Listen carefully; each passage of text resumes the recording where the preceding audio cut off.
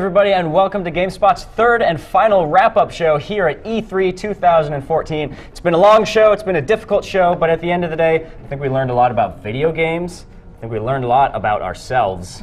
And I think we've learned a lot about Martin Gaston, who's joining us for the second time in a row on this wrap-up show. I had to fight to be here, and I will tell you that everyone else who tried is now dead. That is very true. We have a pile of dead bodies over there that we're not going to talk about right now. Someone has to deal with that, though, because I don't like cleaning. Yeah, no, well, I mean, we have people for that. Mary Kish, our video producer extraordinaire, is joining us on the wrap-up show for the first time. How you doing, Mary? Hey, I killed Peter Brown to be here. We said we weren't going to talk about that, but here we are talking about it. This is hugely incriminating. Oh, wow, and Danny O'Dwyer's Look at that head. flopping his big old meaty tongue. I think he's getting me back for all the times that I put stuff on the screen behind you guys. Like right now, actually. Yes. Cameron Robinson, over here at the end. Cameron, you've been hosting quite a bit. I have. Downstairs. You might say I killed myself to be here. All right. I didn't do that. No, nobody killed anybody. He's very tired. If anything, we emotionally killed people. Yeah. They're still alive. They just wish they were dead. Yeah, they're a husk of their former self. Yeah. This wrap-up show got dark. It got real dark right away. Now, let's try to summarize E3. How did it go for you guys this year? You guys have all been here before. Yeah. What, E3? Yeah. Yes. Oh, yeah. Yeah. Oh. So how does this compare to previous years? Well, my huge experience of last year and this year, it's been different, Shaun. It's been different. Yeah. It's been much better, I think, for me. Like the games, there's been more games, and I like games, and that's why we're here. Yeah, last year was very much a hardware show. Yeah. It was Microsoft and Sony announcing the next generation of console hardware. Maybe you're gonna go a little bit light on the games, but now we're a year into that hardware cycle, and I feel like we're starting to see more software. Yeah, absolutely, and not just kind of, you know, more iterations of franchises. God, I've picked up all the words. This is awful. Spent too much time with developers. It's not just that, we're getting like new IPs, new games, which has been really great. Lots of new titles that I haven't heard of before. In fact, and not just like big ones too. Like pretty much every single game I had on the stage today, I hadn't heard of. And that's not just because I'm a terrible journalist. It might be partly that. Right. Some of it was because they were really small games. Like there were a lot of them were kickstarted recently. You know. Deuce did he? Deuce did he? What is this Deuce? That's been weird for me because I've covered, I think, 3 Kickstarted games at the show this year, and it's so odd because normally you're used to like being the vessel of information and opinion from developer toward fans, but with these Kickstarted games, the fans have been in it throughout the entire process. That's the whole reason they signed up, to have that like transparency. So it's been weird. Like Hex Shards of Fate, I did a demo on the live show today. Yesterday I saw Elite Dangerous. It's been kind of odd. Yeah, that was on the stage today as well. Yeah. Awesome. That was a good humble brag. Yeah. Well, I mean, I'm pretty talented at humble bragging. Martin, you're going to say something? I have no idea how we're supposed to cover Kickstarter games. Yeah, Because you sit down, you say, oh, hey, we're playing Elite Dangerous, it's on the screen. And obviously they want it to be on the screen because Gamespot's a big website. A lot of people visit Gamespot, it's a great website. But at the same time, the people who are most interested in this, the people who are most likely to watch it, have been reading blogs and stuff. I mean, I know I'm talking about my own job here, but what the hell? Like, how do you cover that? Like, and I'm seeing it for the first time, and then suddenly the article goes up, and what do I know? Like, this is it's weird. Kickstarter games are weird, and they are difficult to cover, and I'm glad I have not had to do any of them. It's challenging, but it's fun, because they're doing like crazy new things, and it kind of challenges us to cover games that don't normally get made, like super hardcore space sims, like Space Citizen. I was about to say Citizen Space. Citizen Space. Which is a very different game. When will there be movies, Citizen Space? You know, I don't know. I I feel like it's inevitable. Anyways, what we're going to do now is we're going to run through some of our favorite things that we've seen at E3 so far, starting with Cameron Robinson there at the end. Okay. Well, favorite things I've seen that I think so far this year were, I'll say so far, it's over. That's all I'm getting, right? Yeah. The Witcher 3 definitely was one of my favorites. They came on stage, but also their demo they showed off was pretty awesome. It was everything I was hoping for, I guess, because I played a lot of The Witcher 2, really enjoyed it, liked how it didn't feel like a Western game, if you know what I mean? Like it felt different. Initially because it was a little bit rough around the edges and they kind of smoothed out, but it still felt quite different. And The Witcher 3 I still think looks like it's going to have that. You know, I was chatting to developers about it, and I think it's kind of similar to when you watch like a really high budget, I don't know, say Swedish film or whatever, right? It's still really great, and it's still just as slick as Hollywood, but it just feels different. And I think The Witcher 3's got that, and that's really appealing for me. Yeah, and Also, you can cut dudes in half, which he does up here in a minute. I think we're about to see that. I'm curious, like how well the open world is going to work, because I played The Witcher 2, and it just seemed like the type of world is so visually incredible, and it just like it begged for you to get out off the beaten path and go explore it, but you couldn't because that's not the way that game was designed. There were pathways leading you from one mission to the next. But with this one, like, there's just so much promise there. Do you think it's going to hold up to like just the level of possibilities? Well, it's a bit confusing actually, because when I spoke to them at Gamescom, I was like, how open is the open world? And he was like, well, it's not really an open world, it's like segments and they're all interconnected. And I asked the same question to the guys on stage and they were like, yeah, it's open world. So I'm kind of confused as to exactly where it stands. It seems a bit... Are you sure you didn't ask one of the janitors in the hallway that first question? Well, I was asking him everything. He's Yeah. like, he just gives me life advice. Yeah, that guy's great, yeah. So I'm a little bit confused on where that stands. They may have got confused by my question. But it's definitely, at the very least, you're going to have these huge areas which are all connected and you can freely explore. Plus you can jump now, so that's quite great. So you can like properly get around the... Bonus. Can he always jump, or can he just He jump can- when he's up to a ledge and it says I press A think to you jump? can jump at any time, I think. Okay. Whereas before, all you could do was roll. So he's come a long way. Yeah.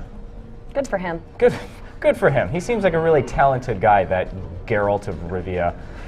Did you get to see anything else, Cam? Yeah, Far Cry 4 was probably Ooh. my other highlight. That's big. Beautiful game. That is the one, or one of the several games actually, that I wanted to find time to go and see, but I just never could. I didn't get hands-on with it, but they did come on the stage and did like show off a demo, and it just, talking to the guy about how the co-op is what I'm so excited about. The fact that you can just like see a mountain, join up with a buddy, climb that mountain, and then just like wingsuit off it together, and then go and blow all this stuff up. Like it just sounds like even more of a playground than Far Cry 3 was. I've heard from certain people, I think like Dan Hines came back and described it as, it's more Far Cry 3, but still, that's going to be pretty awesome. Do you get that sense? Yeah, I think so, but I think it's almost like they're taking it, like they really tried with the story last time. They tried to do something that initially made you go, oh god, this guy's such a jerk, I hate him, and then that's kind of the point. This time I'm not sure they're so fussed about the story. I think I'm sure they are, but I think the focus is more just giving like the best possible playground, right? That's what excites me anyway. In fact, you can ride elephants into compounds and stuff. Just seems like a lot of fun.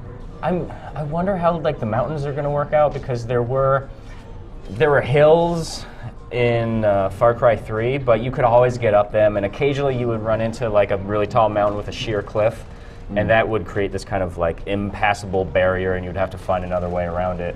Do you think with this new setting you're going to get more of those impassable sheer cliffs? Well, I don't know. I mean, like Skyrim's got a mountain setting, and Yeah. it's quite actually easy to constrain the player with that, you know. But you have a grapple gun, so I don't know. Like, does the grapple gun just connect to specific points, or we haven't really seen that yet, so I'm not entirely sure. Yeah. But they'll probably constrain it with that. But then you've also got the jungle stuff like lower down. So yeah, I think there'll be some sort of impassable river. I don't know. And the big question is the elephant, the weaponized elephant. The elephant in the room. Yes. The elephant in the middle of the room. When you weaponize it, does it die? I don't know. Well, it rams that car in the demo and explodes, and it doesn't die. So It doesn't even I have know. any armor on. I Is know. it like a mythical supernatural elephant? I None of asked you guys him, have ever taken down an elephant. You don't know Yeah. how I much don't damage think it an elephant take. can withstand an explosion like that. I mean, I could be wrong. I might be wrong. But I think There's only the one way to elephant, find out, Shaun. They're pretty strong maybe the elephant is a metaphor for ourselves. two elephants. I don't know. For a game bug. So those were your kind of two highlights. Anything else that stood out to you? I really enjoyed seeing Elite Dangerous today. I think Oh, that game yeah? looks crazy and so big. I still don't know how exactly the gameplay is going to be. Right. Like, I haven't really got to try it yet, but I- the scope of it appeals to me. I got to check that game out yesterday, and I had a great time with it. I also don't understand the scope of the game. I never played any game in the series. I think the first one came out like 2 weeks before I was born, so There's no excuse. I know I could have gone back and played it at some point, but I was too busy watching Sesame Street and pooping in my diaper. Anyways, let's not talk about that. Let's talk about Elite Dangerous. What appeals to you about this specifically? Just how big it is, and the fact that you can kind of do whatever you like within space, and the fact that there's also Oculus support now as well with DK2 and the motion tracking cameras, so you can like look around your spaceship and lean into stuff, and you could just sit down and you could spend like hours just like cruising around space, being a pirate or whatever, and that freedom is quite exciting, and it looks really gorgeous too. So you hosted the stage demo, right? You didn't get to do the Oculus for yourself? No, I haven't tried this with Oculus. So I got to try the Oculus demo, and let me tell you, when you're doing that using one of those crazy Cytec joystick setups where you have like the joystick over here and the separate throttle module over here, and they both have like a dozen buttons on them. Confusing. That is confusing when you can't see any of those buttons and you're just going by feel alone. It's really intimidating. Like, it was really hard just like undocking from the space station and like getting through the space lock. Yeah, they're unashamedly hardcore about it. Like, they say they're making the game for themselves, and they want to have all the controls. They want it to be as realistic as possible. Basically, the only thing where they're taking liberties is they're like, okay, the one thing which we're gonna like cross our fingers about and say, you know what, just ignore that, is like fast and light travel. Everything else they've tried to be like faithful with. So like, they create gravitational fields inside spaceships because they have these giant rotating rings, and this like potential, research that says that might be a way of creating like, it's like half a G of gravity. And also like the space centers have half a G of gravity because there's also research that says that would be a healthier level of gravity to live at than 1G. So there's all this like massive science nerdery in there, which I love, but I think it could turn quite a few people off, but we'll see. All right, cool. Thank you, Cameron. Martin, we're going to move on to you now. Martin. That just flew over your head? Sorry that you're not a man of science. I don't know how many G's of gravity I've got, but I'm happy with where we are right now. On this dangerous ass stage that's almost certainly going to kill one of us. I wish you guys could see it because it is terrifying. But it's like little wooden blocks that are all sort of higgledy-piggledy put on the ground, and then Nice description. we got to put our chairs on top of them. We're precariously placed on top of. Yeah, there it is. That makes it look nicer than it is, though. Poorly balanced. I wish you could see how big the gaps are. It's like a poorly designed 3D platformer. We're in danger. We're in danger. If one of us dies tonight, it's not because Mary killed Well, at the us. same time, I do believe the whole stage is beautifully made. I have an alibi. Yeah. It's a great stage. I like it. Save my Beautifully made. receipts. Now, Martin. Sure. To the point at hand. Video games / video game trends / video game news. Yeah, so I want to talk about two things, basically. Okay. I think Nintendo had the best showing. Their conference was great. And I think Sony make the games I want to play. So walking around the Sony booth, it's fantastic. You go to the Sony booth at E3, and everywhere you look, it is filled with great looking games. A lot of them smaller, downloadable types. But the thing I really want to talk about is Microsoft. Because I think they had a really good show this year. Which was incredible because I was convinced they were going to completely arse it up. Like, I was convinced after last year's showing and all the terrible decisions Microsoft has made over the past year, I was convinced we were going to sit down, it would be Monday, and Microsoft was going to just really ruin everything. But no, I think they've had a really good show. I agree. And I haven't seen as many people talk about Microsoft as I think Microsoft deserves to have. I think Phil Spencer is doing a fantastic job. From what I can tell, he always talks with one hand like down and the other hand floating around. I've never noticed that. And I'm going to tell you that now. And every time you see him talk, he will do that. That's how he talks. That is one hand rotates around a bit, and this is me being mean because I probably look like a complete fool when I'm on screen as well. But no, I think Microsoft's done a fantastic job. Their conference had no executive waffle, and I think the most telling thing was that they relegated this cool new achievement tracking application, which I don't think many people even know about, even though they announced it at E3. Yeah. They relegated that discussion to their pre-show because I think they're so afraid of talking about anything now that's not games in their actual show that they won't even talk about interesting new features coming to the Xbox One. You didn't hear the K word. I didn't hear the K word at all anywhere this year. That's true. And were there even any Kinect games? I don't think so. It was Fantasia. Oh, yeah, there was. Yeah, but that's more like, we got to release Fantasia now because you spent a crap bucket of money on it, Yeah. right? Like, it's not like, hey, everyone, have a look at Fantasia. Dance Central, I guess, but I don't know. There was I think some good strategy with that, though. I mean, they announced the Kinect before E3, that they were going to have the Kinect-less Xbox One before E3, specifically so that it wasn't the thing that was talked about at E3. exactly right. To get that out of the way, like they took that hit a month ago. That's right. And so they're an interesting company, and I do believe, like I genuinely do believe, even though their machine is currently seen as like less powerful, I do think they will fix a lot of what went wrong for them with that disastrous reveal last year. I really do. And it might take some time, and the way I see it now is it'll be a reversal of roles from between Sony and Microsoft last generation. So remember when the PlayStation 3 came out, and it didn't even have PlayStation Network? Like a lot of people forget that the PlayStation 3 launched without PlayStation Network. That's true, yeah. And they had to patch that in. They had to patch in online.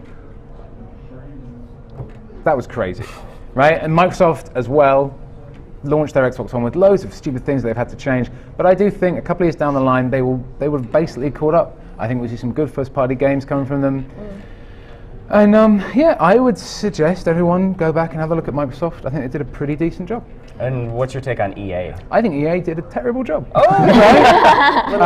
Little compare and contrast. EA's thing for me is indicative of a big problem at E3 this year, in that everything that I want to play is not coming out this year. Yeah. We saw that with Nintendo as well. Everything that I want to play is 2015. I am pretty worried about what I'm going to play this Christmas. And I think there'll be some good games, but so much of what was on show at E3 was for down the line. Like nothing does it more than this Mass Effect trailer, where we saw this a lot at EA's conference, where someone would come out in a video, and I mentioned this on the Rapture yesterday, and they would be like, oh, here's a piece of concept art. We are working on it, we promise. Like, this game is a long time away. Yeah, like, absolutely. And the fact, Mirror's Edge 2 as well, like, or whatever they want to call it, Mirror's Edge, the fact that that game was announced last year, and they are still showing off, What like... have they been doing for the past year? But they are still Where showing have off they been? videos on, like, building faith. It's like, well, we know saw how they... more Mirror's Edge last E3 than Yes. we did this E3. But we know how they built faith. They took the picture of her basically from the last game, changed it a little bit, Made her look a little cool. and there is obviously more work to it than that. But like, they're trying to sell us the idea of creating this character. It's like, she's already been made, guys. Like, I played a whole game with her in it. I'm pretty sure about what, you know, Look at her Faith red does. shoes, Martin. Look at her red shoes. I know, but they're just... It's tough. Like, I can appreciate the difficulty of EA's position, that they are making these games and they are very exciting, and they're probably not making the kind of progress that they would like. But to come to E3 and just be like, yeah, here's some pictures of stuff. Like, look, we're doing things for real. The thing with this that I also find interesting is talking about the Kickstarter games, is the way big publishers, the way they think about presenting game development to us. Is that changing? Are we going to start seeing games being announced at a far more conceptual stage to how we were in the past? Because EA would never have done this 5 years ago. EA never would have gone, look, here's some people sitting around a room as we get a professional video crew in to, you know, film us just pretending to be normal. They would have shown it when it was basically ready to come out, right? Is this how things are going to happen now? Are we going to see games being announced at this stage more and more often? That is quite interesting to me, but at the same time, I really didn't like it during the EA conference, and maybe that's just me being an old man that's used to things being done a certain way, but I don't know, I thought EA's conference was very, very underwhelming this year, so... Which is tough, because I do think EA is a very good publisher, and I think in the past... Yeah, I mean, it looks like they have some great games in the works. It's just the way they went about discussing them. I want them now. I'm impatient. I'm impatient, and I want them now. God damn it! But Mirror's Edge was particularly grating to me because they showed it off last year, and I would have expected to have seen more. But maybe that's just me being an entitled 27-year-old game journalist that sits on this stage and just says stuff out loud without really thinking about the reality of the Without situation. a thought for reality. Thinking of saying stuff out loud without thinking about the reality, it's time for my segment.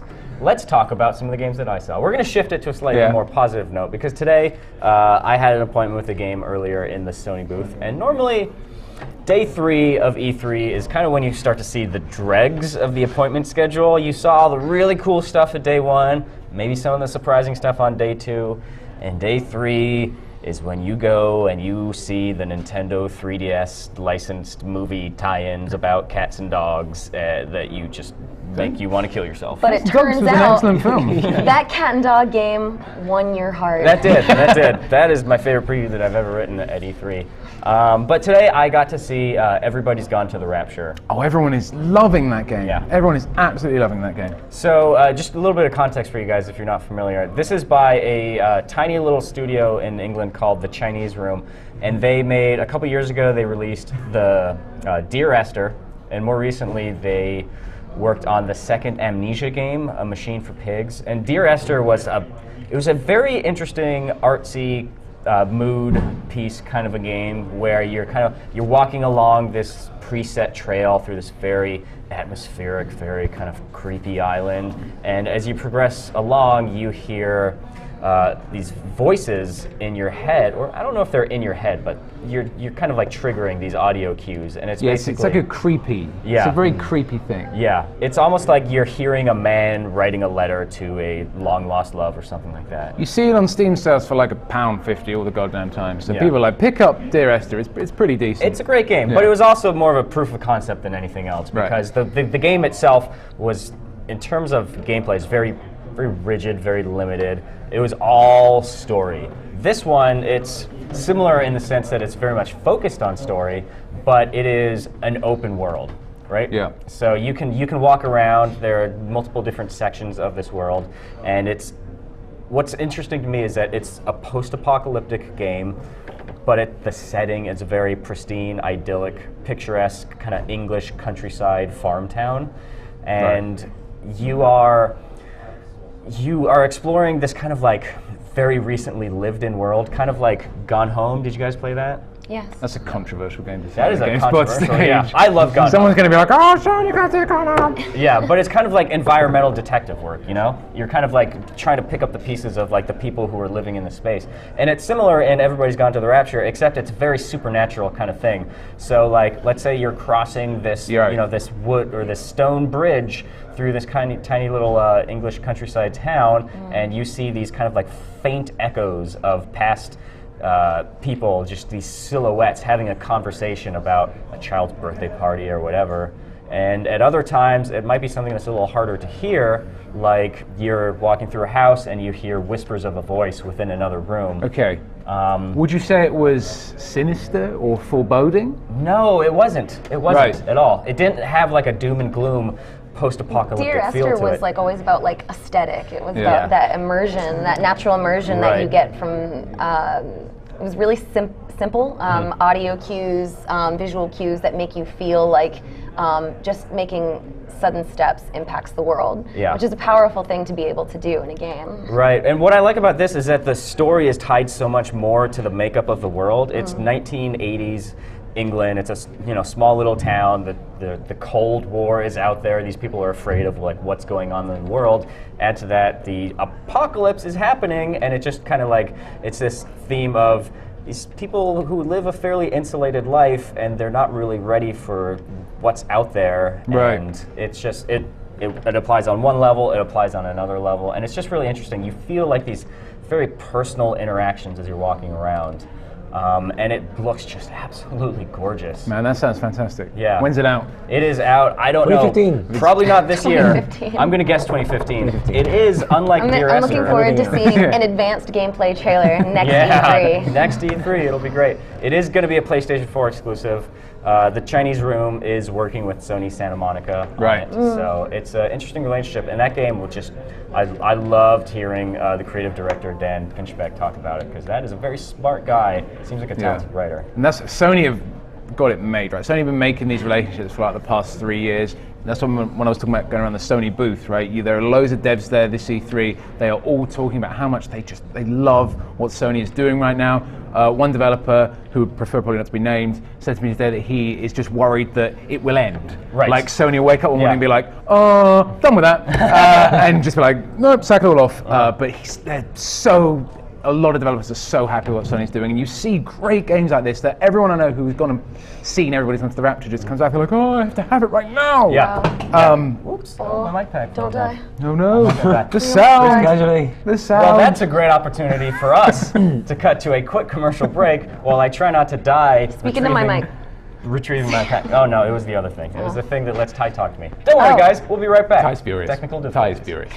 And crisis averted. Don't worry, guys. You've it's been all rightfully taken care of. scolded. You were scolded hard in that Actually, 20 Still seconds. alive. Actually, he died, and this is a clone. I learned my lesson One of our today. many Shaun clones. Yeah, do not drop whatever microphone pack that was. But it's taken care of, and now we're going to move on to talking to Mary Kish. Do you guys want to know what I saw in the 30 minutes I was allowed to be on the show floor? Yeah, what did you Do see? I? Yeah, most of my work is right here in this war room. You can see my computer back there, actually. That's pretty much where I spend my E3. But I did get to see some sweet indie booths. They've really done it this year. So Sony's kind of known. Last year they had a huge indie booth where you could see all sorts of sweet upcoming indie games, and Microsoft's kind of taken it up a notch, and they had one too. And I think that's really cool to be able to get your hands on games like Threes, and I saw Alien Traps Apotheon, and below Luftrausers is here in the Sony booth, and it's really cool to see some of these games that are incredibly creative and engaging and interesting, and they're addictive. Did you get to play Threes? I played it not here. I Right. saw it at the show floor, and I was really excited. I just wonder how it works on I can't wait in Xbox. line. I don't have time. If I can actually say Xbox go to Threes, I would probably just vegetate on the couch until I die. Yeah. So Well, that game is cripplingly addictive. That's right. I mean, what they do is they find ways that they take a mechanic or some kind of idea where you're like, well, that was such a simple idea, but they think about it for a long time. You're talking about years of development where they're perfecting these simple ideas to make them as addictive and as interesting as they are. So there is a lot of thought and effort that goes into them, and it's sweet to see them in E3. And so I'm looking forward to seeing that more. But in my other 30 minutes on the show floor, I played Evolve. ooh, okay. This is my second time playing it. I got to play it at PAX East as well. That was when I played with Goliath, and I played as a trapper. This time I played against Kraken, and I was a medic. Now there's the new monster, and there's even the new classes, and it's amazing how different they made the classes. It's not like the new medic is just a dude. It's not a palette swap. Which he is, yeah. They didn't give him new skins. They gave him completely new abilities. I find that amazing, the amount of balance that's gone into this game, that like the old medic was kind of like the medic with the heavy, who like kind of had this Right. stream that helped health people, but the medic that I played is a reviver and has a cloaking device and stays hidden. So my medic was more about not being in the action at all, using my silent sniper rifle from really afar, and then cloaking to revive people secretly without the Kraken ever noticing me. What a completely different gameplay style than the last medic, and it still ends up being a balanced game with these very, very different character classes. I mean, it continues to be such a surprisingly amazing game. It has not disappointed me. I mean, I don't want to like bash on any games, but like it's funny, like every time I was so psyched for Destiny, and every time I heard or saw new gameplay, I was like, oh, and I wasn't as excited Right, anymore. yeah. It's building on this excitement, and Evolve just continues to be more impressive again and again. It's got to be one of the games of the show. Absolutely. Yeah. And Yeah. did we give it one of the games? We did, right? I don't think you have authority to say that right now. Maybe. Oh, no spoilers. Now, Mary, as you said, you didn't get to spend a lot of time walking around on the show floor because you were very busy right over here. That's correct. I'm afraid your monitor's gone to sleep. That's a so- shame. yeah, so I've you had a can't lot see of your fun with that vulgarities. throughout the show. There's a lot of things that happen behind the camera. There's a lot of people that go into making the show as amazing as it is, in addition to fantastic, incredible talent I mean, like Shaun. like Shaun. Oh. Yeah. You're talking about a tremendous group of talented, hardworking people. Ryan Mack, who's like directing the show floor, Jan Eyre, a technical genius who is frightening how smart he is, and just a slew of hard-working crew members that never disappoint. And it's funny, you get difficulties in any show like this, and there's been so few hiccups, and I find it. I mean, it's overwhelming. This is my second time. There's Jan. This is my second time now doing this, and it's shocking. You have people, that have been doing this for like 10 years, a decade of technical expertise going behind Gamespot, and I think that's really amazing that Gamespot even brings that to the table. You don't find that a lot. These people have been doing it for years. They're the best at what they do, and you never really get to see them. They're the silent protagonists. Those people. This is our hardworking crew. We're bringing you the other side, the video component of a lot of the stories that you guys love so much. So in addition to the live team, we're talking to Kevin Van Ord and Tom McShay and Peter Brown about the games that they saw that they loved so much, and we're filming them. Make sure they talk about it. That's exclusive. You can't see that yet. And kind of cutting these pieces together so that people can see the game for themselves and make their own opinions based on this cool content. It's a thrill to be a part of, and we love what we do. And it's really cool, to be able to tell you guys that we exist. Look at some more people that you didn't know lived, but are a huge part of Gamespot. And without this tiny back area, none of this stuff would be possible. Yeah. We bring in a giant truck of electronic gear. I mean, it's insane. This is me working. Well, that's Rob working. It's really hard to express just how much effort goes into the work. We have to concentrate really hard. There's a lot of thought that goes into it. Right now, there's some creative genius going on. And I mean, I couldn't go on, but there's really nothing else to say. It speaks for itself. Yeah. There's definitely a lot of magic behind the scenes. Yeah, I mean, there's nothing. I don't want to give away our industry secrets because they're very important. But we do a lot of drugs. Yeah, there's that. It's mainly, LSD. Yeah, it's mainly the meth. Is the secret. But yeah, I mean, we could definitely go on at length. But basically, long story short, a lot of very talented people who put in some very hard hours to give you guys all the incredible stuff that you see on the website right now. So thank you, Mary, and everybody else. You're welcome. And yeah, we have a lot of crew, so it's good to have you guys see all that cool stuff. There's even cameramen back there. They're on us right now. They'll never get seen. They weren't in the B-roll. They're the silent heroes. They're silent heroes. Now, as we wrap up on E3 2014, I want to ask you guys. And ladies. And lady. I'm a lady. What do you guys think about the show overall? Thumbs up? Thumbs down? Looking forward to next Definitely year? thumbs up for me. Thumbs up? Yeah? It's been a great show. I think it's, as I say, based on my giant experience of last year and this year, it's been much better for me. Yeah? I've really enjoyed it. My 30 minutes were fantastic. And what a 30 minutes. I loved everything. Playing Evolve is amazing. I love being a part of it. It was awesome. And seeing all the conferences, I mean, they're really kicking it up. I love seeing the games. There's so many cool things. I'm really excited for some stuff to come out. That's good. Let's go. 2015 is going to be great. Woo! That's kind of the message of this E3. 2015 and 2016 are going to be. There's a real mood, I think, on the show now. There's a real optimism now that the consoles, now the PlayStation 4 and the Xbox One have come out and they've both sold, I'd say, Yeah. record numbers. Yeah. That we're going to see some real excitement in the games industry over the next few years. There's a lot of excitement with developers, and I think there's a new willingness perhaps from this whole Kickstarter thing for developers to actually listen to what people who are playing games, to have that dialogue, to have that exchange in a way that in the past was just something they would say out loud because they thought it sounded nice. Absolutely. In fact, I was chatting to a guy who's making a game about building like a space station around the Earth after the Earth is destroyed, called Habitat, that was it. And I was asking all these questions. He's like, well, you know what, I actually don't know the answer to that yet because I'm basically just going to hand over to the community and they can tell me what to do. So there's definitely a lot of that going on. I think that's becoming a genuine thing across many publishers, not just ones that have seen success on Kickstarter.